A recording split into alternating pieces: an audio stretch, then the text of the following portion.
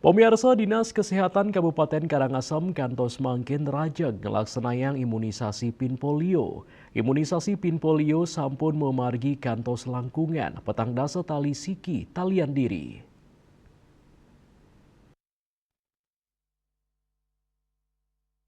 Kepala Diskes Karangasem I Gusti Bagus Putra Pertama ngwedarang kantos mangkin paiketandani kantun rajak nglasanayang imunisasi pin polio ring sajoning samian pelayanan kesehatan sanewenten ring Kecamatan Karangasem.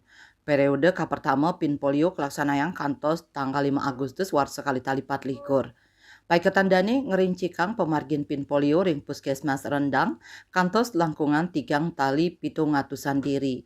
Puskesmas Sidemen kali tali ulung ngatusan diri, Puskesmas Bebandem petang tali sama sandiri, Puskesmas Lat tigang tali ulung ngatusan diri, Puskesmas Karangasem 1 limang talian diri, Puskesmas Karangasem 2 tigang talian diri, Puskesmas Kubu 1 kali talian diri, Puskesmas Kubu 2 tigang talian diri, Puskesmas Abang 1 tigang talian penyatakan diri, Puskesmas Abang 2 tigang tali ulung ngatusan diri, Puskesmas Manggis 1 kali tali sieu ngatusan diri, miwah Puskesmas Manggis 2 siu 5 ngatusan diri.